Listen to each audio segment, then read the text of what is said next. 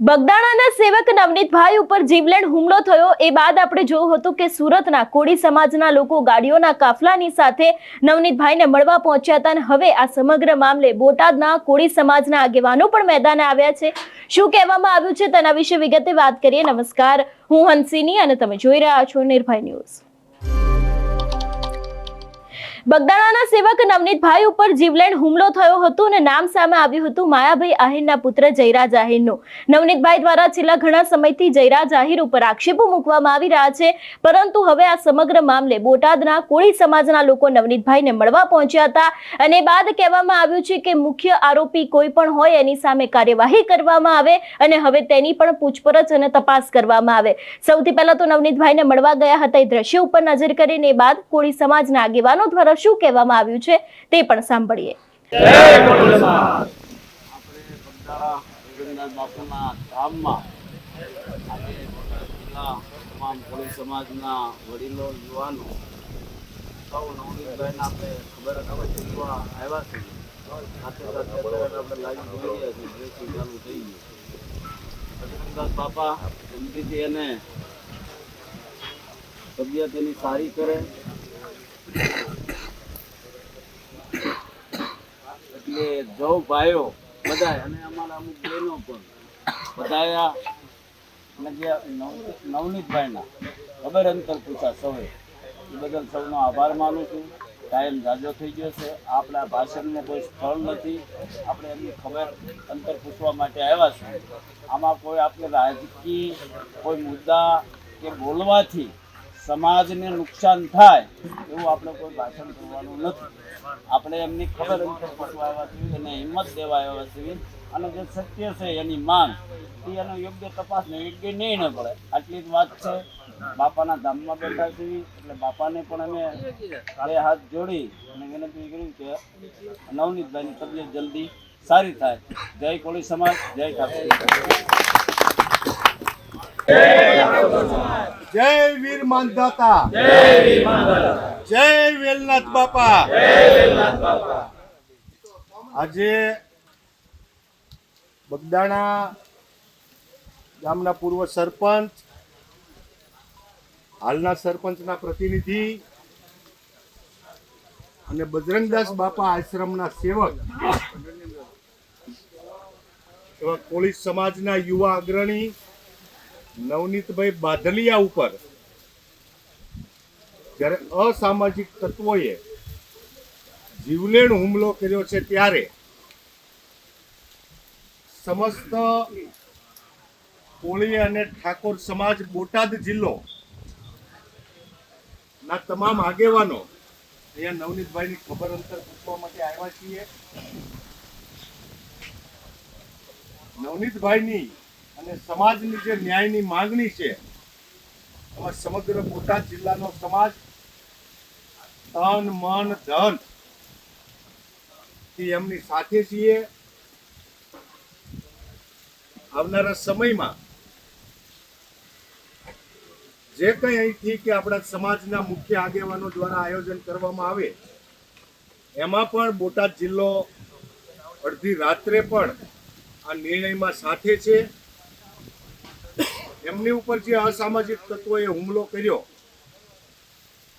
એમને ન્યાય મળે એ માટે ગુજરાતની સરકાર, માનનીય મુખ્યમંત્રી શ્રી, માનનીય નાયબ મુખ્યમંત્રી શ્રી અને પોલીસ પ્રશાસનને પણ વિનંતી કરીએ છીએ કે આમાં ક્યાંય પણ કચાશ ન રહે અને કંઈ કાચું ના કપાય એવી પણ આ મંચના માધ્યમથી માંગણી કરીએ છીએ। કોળી સમાજ હરહંમેશ માટે ભોળપણમાં અને ભોળો સમાજ છે। અમે કોઈ ધર્મ સમાજના વિરોધી નથી, પરંતુ આ કૃત્યમાં જે કોઈ સામેલ હોય એ ચાહે કોઈ પણ ચમરબંધીનો દીકરો હોય એને છોડવામાં ન આવે એવી પણ અમે લાગણીસભર માંગણી કરીએ છીએ। આજે નવનીતભાઈ ઉપર જ્યારે આ દુઃખદ ઘટના બની છે, પરંતુ સમાજના દીકરા તરીકે નવનીતભાઈના આભાર માનું છું। સમગ્ર ગુજરાતના કોળી સમાજને એક કરવાનું કામ પણ એમના આ થકી થયું છે। એમના ઉપર જે આ જીવલેણ હુમલો થયો,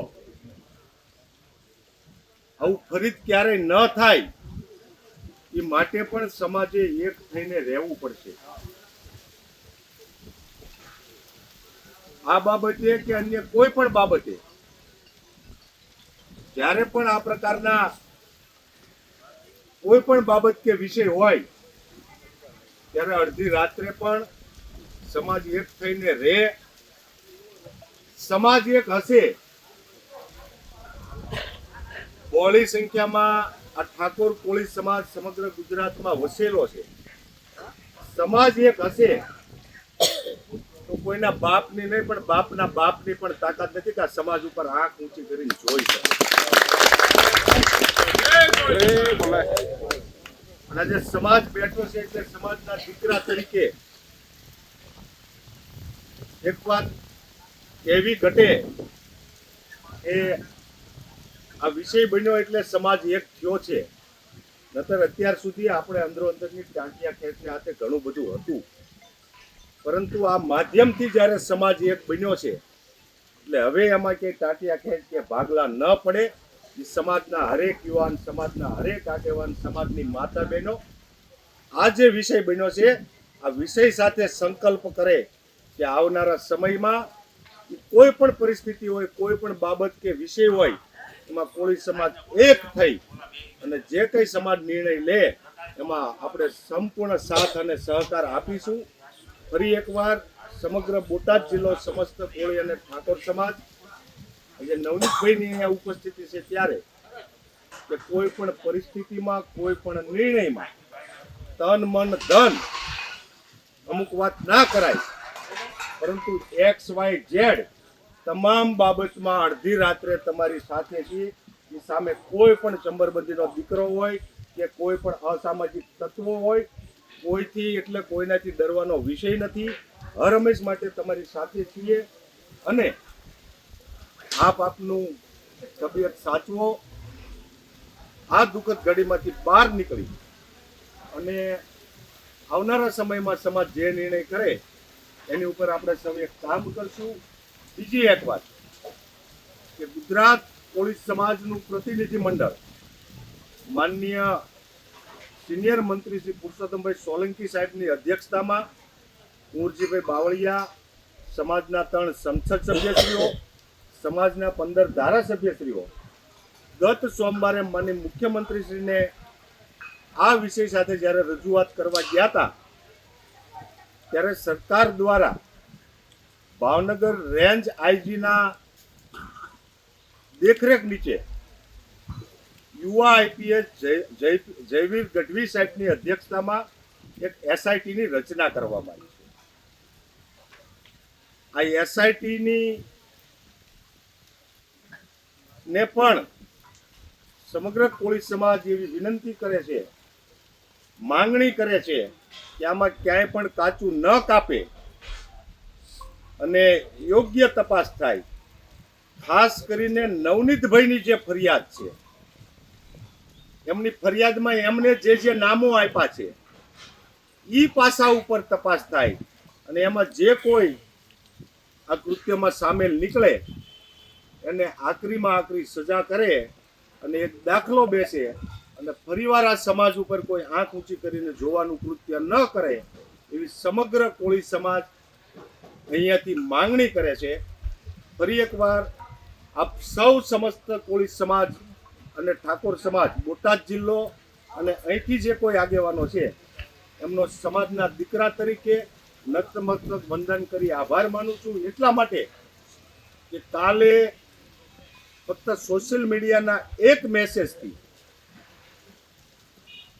આપણા બોટાદ જિલ્લા કોળી સમાજના આગેવાન અને અખિલ ભારતીય કોળી સમાજના રાષ્ટ્રીય ઉપાધ્યક્ષ મની પ્રવીણભાઈ કોળીના એક મેસેજથી અને આટલા શોર્ટ ટાઈમમાં 100 જેટલી ગાડીઓમાં યુવાનો અને સમાજના વડીલો જ્યારે આ નિર્ણય લઈ અને અહીંયા નવનીતભાઈ સુધી આપણે સૌ આવ્યા છીએ ત્યારે હું સન્માનીય પ્રવીણભાઈ કોળી, સન્માનીય દિનેશભાઈ, સન્માનીય ભૂપતભાઈ,